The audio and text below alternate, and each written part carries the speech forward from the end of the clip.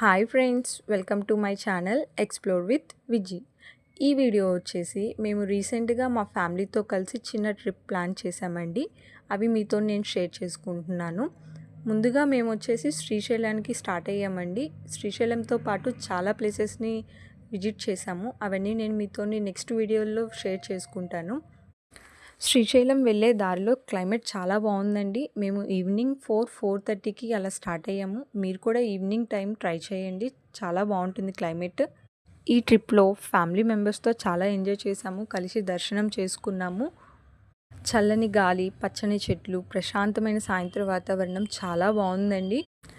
మేము శ్రీశైలం చేరుకునేసరికి మాకు నైట్ 10 అయిపోయిందండి. మేము శ్రీ కృష్ణదేవరాయ చారిటబుల్ ట్రస్ట్లో రూమ్ తీసుకున్నాము.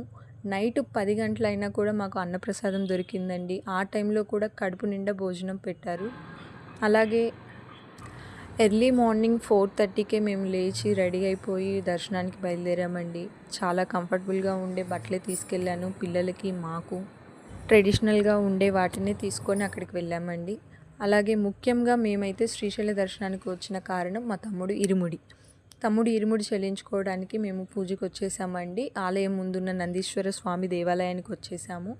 అయ్యగారు కూడా పూజ స్టార్ట్ చేశారు. పూజ కూడా మంచిగా జరిగిందండి. శ్రీశైల ప్రత్యేకత వచ్చేసి 12 జ్యోతిర్లింగాల్లో ఒకటైన శ్రీ మల్లికార్జున దేవాలయం, 18 శక్తిపీఠాలలో ఒకటైన శ్రీ భ్రమరాంబాదేవి ఆలయం, నల్లమల అడవుల మధ్య కృష్ణానది సమీపంలో ఉన్న పవిత్ర పుణ్యక్షేత్రం అండి. ప్రతి ఒక్కరూ శ్రీశైల దేవస్థానాన్ని దర్శించుకోవాలి. ఇరుముడి పూజ కూడా పూర్తయిందండి. నందీశ్వరుని ముందు అక్షంతలు వేసి అయ్యగారు మమ్మల్ని దీవించారు. అలాగే వెంటనే హారతిని నందీశ్వరునికి ఇచ్చారు. తమ్ముడు కూడా హారతిని స్వీకరించాడు. వెంటనే మేము ఇరుముడి తీసుకొని కాలినడకన దర్శనానికి బయలుదేరామండి. మేము వెళ్ళే దారిలో అంకాలమ్మ తల్లి దేవస్థానం ఉందండి. దారి మధ్యలో అమ్మవారిని కూడా దర్శించుకొని వెళ్దామని లోపలికి వెళ్ళాము.